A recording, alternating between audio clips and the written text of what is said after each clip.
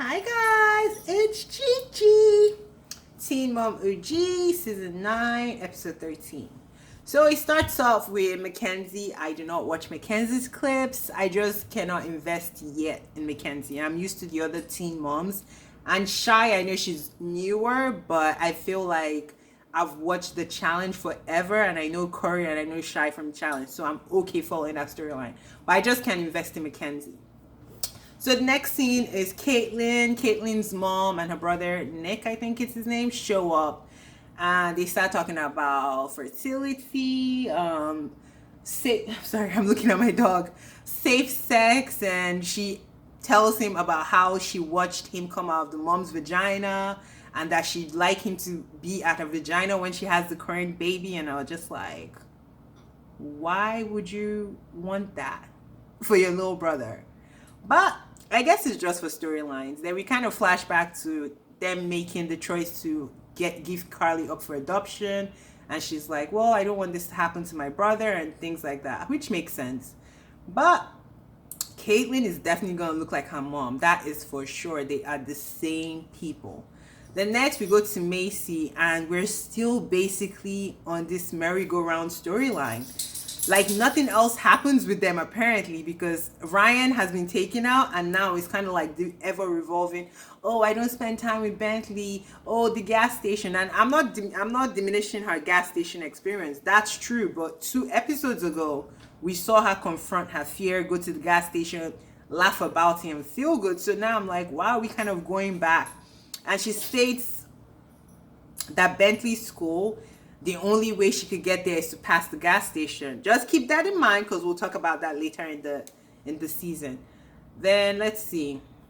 I'm kind of done with Maci. She has no storyline. Like her and her husband don't do anything, at least that we see. She doesn't hang out with other friends. And I guess they're not promoting their things that matter anymore. So there's like nothing to talk about. So next we go to Amber. We see Gary and Christine. They talk about the visit from Amber that we saw last week and how they think it went well.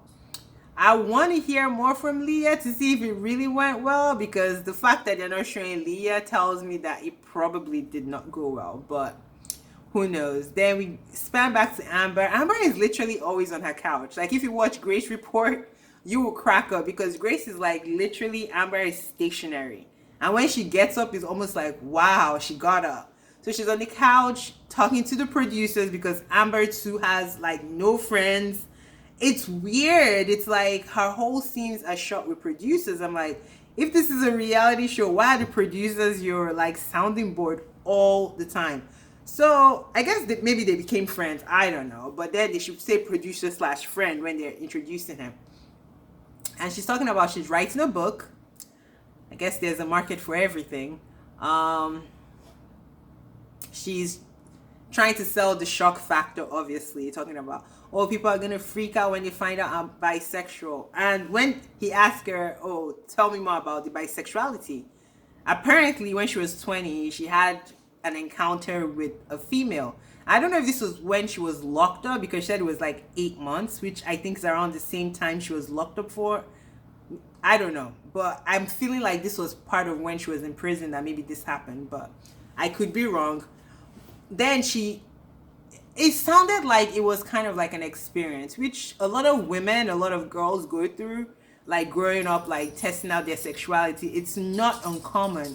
But to say you're bisexual because one time when you were 20, you had sex with a woman, I don't know. I'd like the LGBTQ community to kind of speak on this, because I'm like, is she just doing this for a storyline, which probably she is, and to sell her book?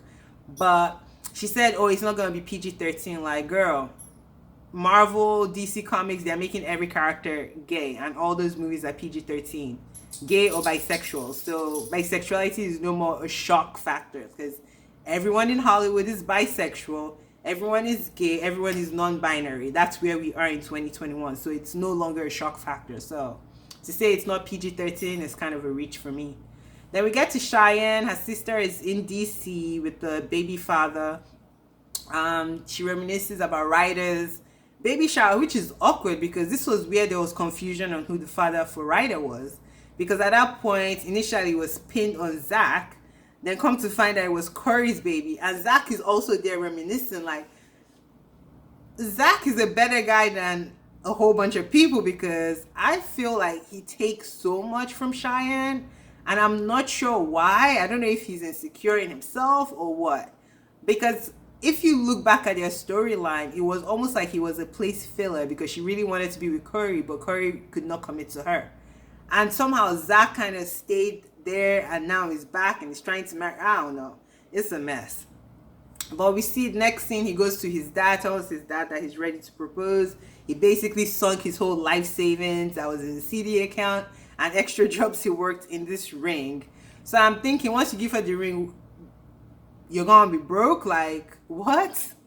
It does, like, his whole, I don't know, maybe it's just they're not showing us a whole bunch of dimensions of Zach, but he's coming up as dopey and just slow and silly because I'm just like, what are you doing?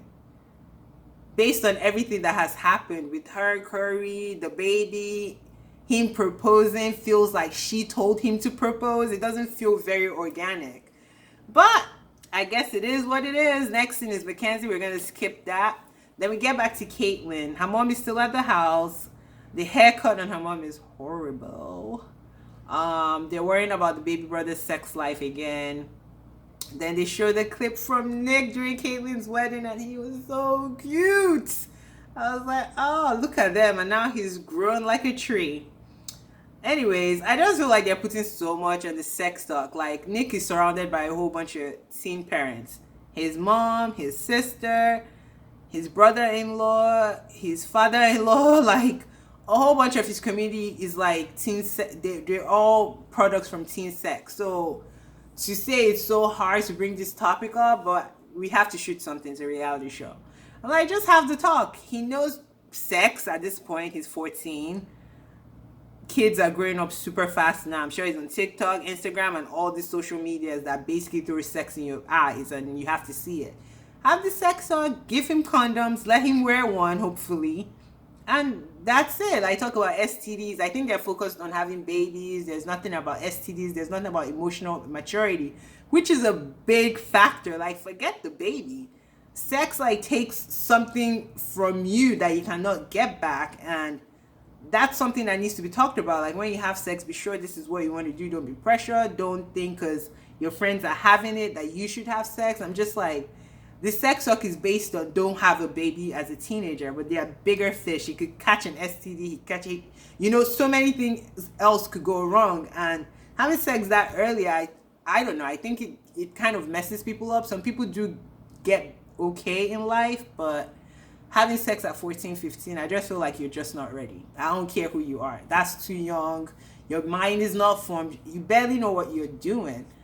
And the emotional maturity is definitely not there because at 14, you're still in middle school, for crying out loud. But anyway, they make a big fuss. Like, who's going to do the talk? Is it you, mom? Is it me? And I'm like, just someone have the talk. Throw condoms at the boy and let it go. Like, we're in 2021. Stop making little things big things. Then, again, we go to Maci's scene.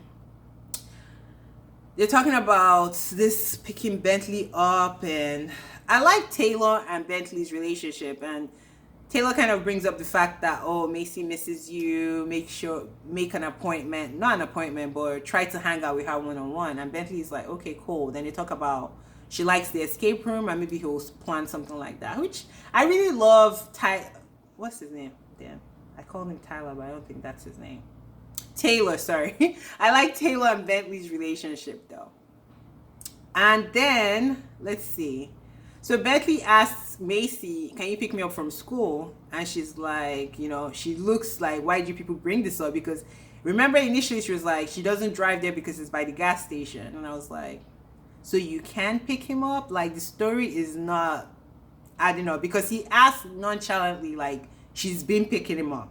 But initially she was like, she doesn't pick him up. It's only Taylor picking him up because of the trauma from the gunshots from the gas station. So I'm like, girl, get your story together. Then we get to Amber, and she calls herself revealing that she's bisexual. It was very lackluster. Her mom was uninterested, as we all should be. And she was just like, and she prefaces it like, oh, I'm so attracted to men, almost like she didn't want to offend her mom. I'm like, girl, I don't think you're bisexual. I think you had a sexual encounter with a woman, which happens to a lot of women, but whatever, Amber. Her mom didn't care, so do I. I don't care. Then we get to Cheyenne. The dad gives his blessing. Zach had asked for her hand in marriage. And I thought it was cool that he's able to hang out with her parents without her being there. I was like, that's really like a nice relationship. Say what you will. Shy is about family, friends. She's always surrounded by a whole bunch of love, and I love to see it. Then, did I skip her friends? Ooh, I think I did. Anyway, she hung out with her friends at some point during this episode. They discussed the baby shower. Her friends are beautiful, as always. Then finally, Catelynn calls herself having this very immature, I think, sex talk with Nick. And again, I feel like sex talk is not really a sex talk. It's just them saying, don't get pregnant. Don't get anyone pregnant. And if you do get someone pregnant, come to me. I'm like, what? All these years, Catelynn is still not prepared to have the sex talk. So here we are. Then he's like, oh, he wants to have a kid at 20. This Negro has not even graduated from middle school talking about he wants a kid at 20. Then he follows it up with, well, I'll wait till I'm 16 to have sex. I just wanted to throw the whole TV away. Like, y'all don't make no sense. Like, I see this boy having a teen pregnancy. I hope he doesn't, but the way the talk went, the way he was receiving it, the way the mom was avoiding it, I don't know. We'll see. I pray for his girlfriend, and I pray for him, and I hope they do the right thing. And if they do want to have sex, fine. I don't think they're mature enough. Use a condom. Then finally, Maci's scene, they have this whole build up of her going to pick up her son. And then she's like on Highway 75. So there is a second route that she didn't have to use the gas station route. But she gets to Highway 75. There's a hold up. And she's like, well, I'm freaking out. I have to go by this gas station. I don't want to go. And then she was at a traffic light. The music changed. It was like drums, sirens, dramatics. Then when it turned green, then it was like, ah! Then she goes. And I'm like, y'all doing too much. I will need Maci and her husband to give us something more than this cheesy, oh, I'm not spending time with Bentley. Oh, gas station. Are we going to talk this gas station to death? Because if this is it, Teen Mom needs a recast. Because the only people really having storylines, I guess, is like Cheyenne, Amber, because Amber is a hot mess. And a little bit of Catelynn, because she's having a new baby. So that's a interesting thing to follow. And even bringing her brother this week, yeah, it was a cheesy little conversation, but at least she had something to say. But Maci, we're like 5-6 episodes and it's the same thing because she can't talk about Ryan. And so if she can't talk about Ryan, we're like in this weird loop. Anyway, that's my review for Teen Moms. Check out my other reviews. Thank you. Like, subscribe, tell your friends, blow up the channel.